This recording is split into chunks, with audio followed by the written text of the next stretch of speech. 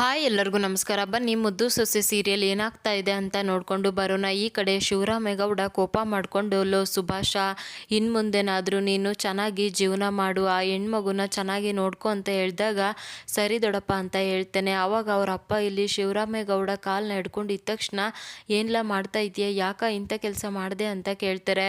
ಅಣ್ಣ, ನಾನು ಹೆಂಡ್ತಿ ಮಕ್ಕಳು ಮಾಡಿರೋ ಕೆಲಸನ ದಯವಿಟ್ಟು ಕ್ಷಮಿಸ್ಬಿಡೋಣ, ಇನ್ಯಾವತ್ತೂ ಕೂಡ ಇಂಥ ತಪ್ಪು ಆಗದೇ ಇರೋ ಹಾಗೆ ನಾನು ನೋಡ್ಕೊಳ್ತೀನಿ. ಏನೋ ತಪ್ಪು ಮಾಡಿದ್ದಾರೆ ಅಂತ ಹೇಳಿದ ತಕ್ಷಣ ಏನೆಲ್ಲ ಮಾತಾಡ್ತಾ ಇದೆಯಾ, ನಿನ್ನ ನಡುವೆ ಈ ಕ್ಷಮೆ ಅನ್ನೋ ಪದ ಯಾವತ್ತೂ ಕೂಡ ಬರಬಾರ್ದು. ನೋಡಿ, ಈ ಹಟ್ಟಿಯಲ್ಲಿ ಇನ್ನು ಮುಂದೆ ಈ ವಿಚಾರನ ಯಾರೂ ಕೂಡ ಮಾತಾಡಬಾರ್ದು, ಇದನ್ನು ಇಲ್ಲಿಗೆ ಬಿಟ್ಬಿಡಿ ಅಂತ ಹೇಳ್ಬಿಟ್ಟು ಶಿವರಾಮೇಗೌಡ ಅಲ್ಲಿದ್ದ ಹೊರಟ್ಬಿಡ್ತಾರೆ. ಅದೇ ಟೈಮ್ಗೆ ಈ ಕಡೆ ಚಂಪಾ ಕೂಡ ಬೇಜಾರಾಗಿ ಕೂತಿರ್ಬೇಕಾದ್ರೆ ಅಲ್ಲಿಗೆ ವಿದ್ಯಾ ಕೂಡ ಬರ್ತಾಳೆ. ಬಂದಿದ ತಕ್ಷಣ ಚಂಪಾ, ಯಾಕೆ ಚಂಪಾ ಅಳ್ತಾ ಇದೆಯಾ, ಇವಾಗ ಎಲ್ಲ ಸರಿ ಹೋಯ್ತು ತಾನೆ ಅಂತ ಹೇಳಿದಾಗ, ವಿದ್ಯಾಕ, ನಿಜವಾಗ್ಲೂ ಕೂಡ ನಿಮ್ಮ ಈ ಋಣನ ಹೇಗೆ ತೀರಿಸ್ಬೇಕು ನನಗೆ ಗೊತ್ತಿಲ್ಲ. ಅಕ್ಕ ಅಂತ ಕರೆದಿರೋದಕ್ಕೋಸ್ಕರ ನೀನು ನನಗೆ ಎಷ್ಟೆಲ್ಲ ಮಾಡ್ತಾ ಇದೆಯಾ. ಹೋದ ಜನ್ಮದಲ್ಲಿ ನನಗೆ ತಾಯಿ ಆಗಿದ್ದೆ ಅನಿಸುತ್ತೆ, ಅದಕ್ಕೆ ಈ ಜನ್ಮದಲ್ಲಿ ಅಕ್ಕ ಆಗಿ ಒಳ್ಳೆ ಸ್ನೇಹಿತೆ ಆಗಿ ನನಗೆ ಎಷ್ಟು ಪ್ರೀತಿ ವಿಶ್ವಾಸನ ಕೊಟ್ಟು ನನಗೊಳ್ಳೆ ಜೀವನನ ಕಟ್ಕೊಟ್ಟಿದೀಯಾ, ಇದನ್ನು ಯಾವತ್ತೂ ಮರೆಯೋದಿಲ್ಲ ಅಂತ ಹೇಳಿದಾಗ, ಅಯ್ಯೋ ಚಂಪಾ, ದೇವರೇ ವಿಧಿನ ಬರೆದಿರಬೇಕಾದ್ರೆ ನಾನು ನೀನು ಎಲ್ಲ ಯಾವ ಲೆಕ್ಕ ಅಂತ ವಿದ್ಯೆ ಹೇಳ್ತಾಳೆ. ನೋಡು, ಈ ಮದುವೆಯಿಂದಾಗಿ ಕೆಲವರಿಗೆ ಕೋಪ ಬಂದಿರುತ್ತೆ, ಆ ಕೋಪದಲ್ಲಿ ಒಂದು 4 ಮಾತಾಡ್ತಾರೆ, ಆದರೆ ನೀನು ಯಾವತ್ತೂ ಕೂಡ ಅದ್ರ ಬಗ್ಗೆ ತಲೆ ಕೆಡಿಸ್ಕೋಬಾರ್ದು ಅಂತ ವಿದ್ಯೆ ಹೇಳ್ತಾಳೆ. ನೋಡು ಚಂಪಾ, ನೀನು ಇವಾಗ ಈ ಮನೆ ಸೊಸೆ, ಈ ಮನೇನ ನೀನು ತುಂಬ ಚೆನ್ನಾಗಿ ನಡೆಸ್ಕೊಂಡು ಹೋಗ್ಬೇಕು ಅಂತ ಹೇಳಿದಾಗ, ವಿದ್ಯಕ, ನೀವೇನಾದರೂ ಬಂದು ನನ್ನನ್ನು ಕಾಪಾಡದೆ ಹೋಗಿದ್ರೆ ಇವತ್ತು ನಾನು ಸತ್ತೋಗ್ತಾ ಇದ್ದೆ, ನಿಮ್ಮ ಈ ಋಣನ ಹೇಗೆ ತೀರಿಸ್ಬೇಕೋ ಗೊತ್ತಿಲ್ಲ ಅಂತ ಹೇಳಿದಾಗ, ಚಂಪಾ, ನೀ ನನಗೆ ಅಕ್ಕ ಅಂತ ಕರೀತೀಯ ಅಲ್ವಾ, ಅದಕ್ಕಿಂತ ದೊಡ್ಡ ಋಣ ಬೇಕಾ ಅಂತ ಕೇಳ್ತಾಳೆ. ನೀನು ಅದ್ರ ಬಗ್ಗೆ ಎಲ್ಲ ತಲೆ ಕೆಡಿಸ್ಕೋಬೇಡ, ಸಮಾಧಾನವಾಗಿರು ಅಂತ ಹೇಳಿದ ತಕ್ಷಣ ಈ ಕಡೆ ಈಶ್ವರಿ ಸುಭಾಷ ಕೆನ್ನೆಗೆ ಬಾರಿಸಿ ಬಿಡ್ತಾಳೆ.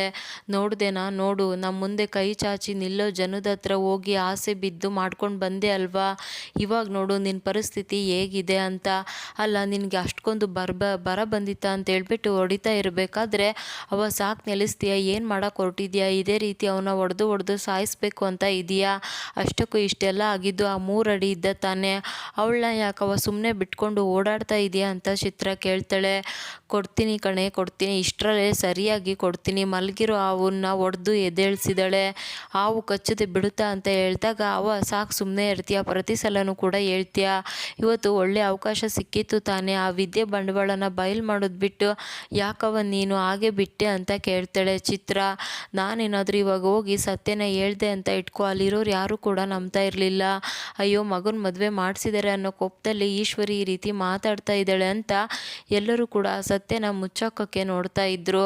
ಹಾಗಾಗಿ ಒಳ್ಳೆ ಟೈಮ್ನ ನೋಡಿಕೊಂಡು ಸಮಯ ಬಂದಾಗ ಅದನ್ನು ಎಲ್ಲರ ಮುಂದೆ ಹೇಳ್ತೇನೆ, ಆವಾಗ ಆ ವಿದ್ಯೆ ಅದೇ ಖುಷಿಯಾಗಿರ್ತಾಳೆ, ನಾನು ಕೂಡ ನೋಡ್ತೀನಿ, ಇವತ್ತು ನಾನು ಅನುಭವಿಸೋ ಕಷ್ಟನ ನಾಳೆ ಅವಳು ಕೂಡ ಅನುಭವಿಸ್ತಾಳೆ ಅಂತ ಹೇಳ್ಬಿಟ್ಟು ಅವರಮ್ಮ ಕೋಪ ಮಾಡ್ಕೊಂಡು ಬಿಡ್ತಾಳೆ. ಅದೇ ಟೈಮ್ಗೆ ಈ ಕಡೆ ಚಂಪಾ ಅಪ್ಪ ಕೂಡ ಶಿವರಾಮೇಗೌಡ ಹತ್ರ ಬಂದ್ಬಿಟ್ಟು, ಗೌಡ್ರೆ ದಯವಿಟ್ಟು ನನ್ನನ್ನು ಕ್ಷಮಿಸ್ಬಿಡಿ, ನನ್ನ ಮಗಳು ಇಂಥ ಕೆಲಸ ಮಾಡ್ತಾಳೆ ಅಂತ ನಾನು ಅಂದ್ಕೊಂಡಿರಲಿಲ್ಲ, ಅವಳಿಂದಾಗಿ ಈ ಹಟ್ಟಿ ಮರ್ಯಾದೆ ಹೋಗಿದೆ, ನನಗೇನು ಮಾಡಬೇಕು ಗೊತ್ತಾಗ್ತಾ ಇಲ್ಲ ಅಂತ ಹೇಳಿದಾಗ, ಏನಿಲ್ಲ, ಯಾಕ್ಲ ಈ ರೀತಿ ಮಾತಾಡ್ತಾ ಇದ್ದೀಯ ಚಂಪಾ, ಇವಾಗ ಈ ಮನೆ ಸೊಸೆ, ನೀನು ಇನ್ನು ಮುಂದೆ ಅವಳ ಬಗ್ಗೆ ಎಲ್ಲ ತಲೆ ಕೆಡಿಸ್ಕೊಳಕ್ಕೆ ಹೋಗ್ಬೇಡ, ಹಾಗೆ ನನ್ನ ಮುಂದೆ ಕೈ ಕಟ್ಟಿ ಕೂಡ ನಿಂತ್ಕೋಬೇಡ, ನಾವು ಇನ್ನು ಮುಂದೆ ಬೀಗರು ಅಂತ ಹೇಳಿದ ತಕ್ಷಣ ಅವ್ರ ಅಪ್ಪಗಂತೂ ತುಂಬಾ ಬೇಜಾರಾಗ್ಬಿಡುತ್ತೆ. ಸುಭಾಷ ಬಂದು ನಿಮ್ಮ ಮಾವನ ಹತ್ರ ಆಶೀರ್ವಾದ ತಗೋ ಅಂದಿದ ತಕ್ಷಣ ಅವನಿಗಂತೂ ತುಂಬಾ ಕೋಪ ಬರ್ತಾ ಇರುತ್ತೆ. ಅವಾಗ ಅವರಪ್ಪ ಕೋಪ ಮಾಡಿಕೊಂಡು, ಬಾರ್ಲ ಸುಭಾಷ, ನಿನಗೆ ಹೇಳ್ತಾ ಇರೋದು ಅಂತ ಹೇಳಿದಾಗ, ಸುಭಾಷ ಚಂಪಾ ಇಬ್ಬರು ಕೂಡ ಅವ್ರ ಅಪ್ಪನ ಕಾಲಿಗೆ ಬಿದ್ದು ಆಶೀರ್ವಾದನ ತಗೊಳ್ತಾರೆ. ಆವಾಗ ಈ ಕಡೆ ಚಂಪಾ ಅಪ್ಪ ಕೂಡ ಭದ್ರಾ ಹತ್ರ ಬಂದುಬಿಟ್ಟು, ನಿಮ್ಮ ಈ ಋಣನ ಹೇಗೆ ತೀರಿಸ್ಬೇಕು ನನಗೆ ಗೊತ್ತಾಗ್ತಾ ಇಲ್ಲ ಗೌಡ್ರೆ, ನನ್ನ ಮಗಳು ಮದುವೆ ಮಾಡಿ ಗೌಡ್ರು ದೊಡ್ಡ ಋಣನ ಹೊರಿಸಿದ್ದಾರೆ, ನೀವು ನನ್ನ ಮಗಳ ಜೀವನ ಕಾಪಾಡಿ 7 ಜನ್ಮಕ್ಕೂ ಕೂಡ ನಿಮ್ಮ ಋಣನ ನನ್ನ ಮೇಲೆ ಇಟ್ಟಿದ್ದೀರಾ ಅಂತ ಹೇಳಿದಾಗ, ಅಯ್ಯೋ ಯಾಕೆ ಆ ರೀತಿ ಮಾತಾಡ್ತಾ ಇದ್ದೀರಾ, ಅದನ್ನು ಋಣ ಅಂತ ಯಾಕೆ ಹೇಳ್ತೀರಾ, ಯಾವತ್ತಿದ್ರೂ ಚಂಪಾ ನನ್ನ ತಂಗಿ ಇದ್ದಾಗೆ, ಅವಳ ಜೀವನನ ಸರಿ ಮಾಡೋದು ನನ್ನ ಕರ್ತವ್ಯ, ಅಂದಮೇಲೆ ಇದು ಋಣಭಾರ ಅಂತ ಯಾಕೆ ಅನ್ಕೊಳ್ತೀರಾ ಅಂತ ವಿದ್ಯೆ ಹೇಳಿದಾಗ, ನಿಮ್ಮದು ದೊಡ್ಡ ಮನಸ್ಸು ಕಣವ, ಅದಕ್ಕೆ ಇಷ್ಟೆಲ್ಲ ಒಳ್ಳೇದನ್ನ ಬಯಸ್ತಾ ಇದ್ದೀರಾ ಅಂತ ಹೇಳ್ಬಿಟ್ಟು, ನೋಡವ ಚಂಪಾ, ಈ ಮನೆ ದೇವಸ್ಥಾನ ಇದ್ದಾಗೆ, ನಿಮ್ಮ ಅತ್ತೆ ಮಾವ ಗೌಡ್ರು ಎಲ್ಲರೂ ಕೂಡ ಇಲ್ಲಿ ದೇವರುಗಳು ಇದ್ದ ಹಾಗೆ, ಯಾವಾಗಲೂ ಕೂಡ ಈ ಮನೆ ಗೌರವನ ಕಾಪಾಡೋದು ನಿನ್ನ ಕರ್ತವ್ಯ, ಅದೆಂಥ ಕಷ್ಟ ಬಂದ್ರೂ ಕೂಡ ಈ ಮನೆನ ಬಿಟ್ಕೊಡ್ಬೇಡ ಅಂತ ಹೇಳಿದಾಗ ಚಂಪಾ ಕೂಡ ಬೇಜಾರು ಮಾಡಿಕೊಂಡು ಅವ್ರ ಅಪ್ಪನ ಹಗ್ ಮಾಡ್ಕೊಳ್ತಾಳೆ. ಅದನ್ನು ನೋಡ್ಬಿಟ್ಟು ಈಶ್ವರಿಗಂತೂ ತುಂಬಾ ಕೋಪ ಬರ್ತಾ ಇರುತ್ತೆ. ಅದೇ ಟೈಮ್ಗೆ ಈಶ್ವರಿ ಕೂಡ ಕೋಪ ಮಾಡ್ಕೊಂಡು ನಿಂತಿರ್ಬೇಕಾದ್ರೆ ಅಲ್ಲಿಗೆ ವಿನಂತಿ ಮತ್ತು ಅವರವ್ವ ಇಬ್ಬರು ಕೂಡ ಬರ್ತಾರೆ. ಬಂದಿದ ತಕ್ಷಣ ಅದಕ್ಕೆ ಏನಾಯ್ತು, ಅದಕ್ಕೆ ಯಾಕೆ ಇಷ್ಟೊಂದು ಕೋಪದಲ್ಲಿ ಇದ್ದೀರಾ, ಆಗಿದ್ದು ಆಗೋಯ್ತು, ಹಣೆ ಬರನ ಬದಲಾಯಿಸೋಕ್ಕಾಗೋದಿಲ್ಲ ತಾನೆ ಅಂತ ಹೇಳಿದಾಗ ಏನವ್ವ ಮಾತಾಡ್ತಾ ಇದೆಯಾ, ಪಾಪ ಅತ್ತೆ ಅಷ್ಟು ಸುಲಭವಾಗಿ ಮರೆಯೋಕ್ಕಾಗುತ್ತಾ, ನಮ್ಮ ಸುಭಾಷ ಮಾವಗೆ ಒಳ್ಳೆ ಸಂಬಂಧ ಸಿಕ್ಕಿದೆ, ಮದುವೆ ಆದರೆ ಕೋಟ್ಯಾಧೀಶ್ವರ ಆಗ್ತಾನೆ ಅಂತ ನಮ್ಮ ಅತ್ತೆ ಎಷ್ಟೆಲ್ಲ ಆಸೆ ಕನಸನ್ನ ಕಟ್ಟಿದ್ಲು, ನೋಡಿದರೆ ಇವಾಗ ನಮ್ಮ ಮುಂದೆ ಕೈ ಚಾಚೋ ಅವ್ರ ಮಗಳನ್ನ ನಾವು ಮದುವೆ ಮಾಡಿಕೊಂಡು ಕರ್ಕೊಂಡು ಬಂದಿದ್ದೀವಿ, ಪಾಪ ಅವ್ರ ಮನಸ್ಸು ಎಷ್ಟು ಒಡೆದೋಗಿದನೋ ಏನೋ, ನಾವು ಇವಾಗ ಸಮಾಧಾನ ಮಾಡಿದರೆ ಸಮಾಧಾನ ಆಗೋಕ್ಕಾಗುತ್ತಾ ಅಂತ ವಿನಂತಿ ಹೇಳಿದಾಗ ಈಶ್ವರಿಗಂತೂ ತುಂಬಾ ಕೋಪ ಬಂದ್ಬಿಡುತ್ತೆ. ಹೌದು ಅಲ್ವಾ, ಅದಕ್ಕೆ ಯಾವಾಗ ನೋಡಿದ್ರು ಚಂಪಾ ಚಂಪಾ ಅಂತ ಹೇಳ್ಬಿಟ್ಟು ಚಂಪನ ಹತ್ರ ಕೆಲಸ ಮಾಡ್ಕೊಳ್ತಾ ಇದ್ರಿ, ಅದಕ್ಕೆ ಇವಾಗ ನಿನ್ನ ಮಗ ನಿಮಗೆ ಕಷ್ಟ ಆಗಬಾರ್ದು ಅಂತ ಚಂಪನೆ ಮದುವೆ ಮಾಡ್ಕೊಂಡು ಬಂದು ಇಟ್ಟಿದ್ದಾನೆ, ಇನ್ನು ಮುಂದೆ ನಿಮ್ಮ ಕೆಲಸ ಇನ್ನೂ ಸಲೀಸಾಗುತ್ತೆ ಬಿಡಿ ಅಂದಿದ ತಕ್ಷಣ ಈಶ್ವರಿ ಕೋಪ ಮಾಡ್ಕೊಂಡು ನೋಡ್ತಾ ಇರಬೇಕಾದ್ರೆ ವಿನಂತಿ ಮತ್ತು ಅವರವ್ವ ಅಲ್ಲಿದ್ದ ಹೊರಟ್ಬಿಡ್ತಾರೆ. ಏನೇ ಹೇಳವ ಅತ್ತೆನ ಈ ಸ್ಥಿತಿಯಲ್ಲಿ ನೋಡೋಕೆ ನನಗೊಂಥರ ಖುಷಿ ಅಂತ ಹೇಳಿದಾಗ ಬೇರೆಯವ್ರಿಗೆ ಕೆಟ್ಟದ್ದು ಮಾಡಿನೇ ಅವಳಿಗೆ ಇವತ್ತು ಈ ಪರಿಸ್ಥಿತಿ ಬಂದಿರೋದು ಅಂತ ಹೇಳ್ಬಿಟ್ಟು ಇಬ್ಬರು ಕೂಡ ನಗ್ತಾ ಇರ್ತಾರೆ. ಇನ್ನು ಪಾರ್ಟಿ ಆಫೀಸ್ ಅವರು ಕೂಡ ಬಂದಿರ್ತಾರೆ.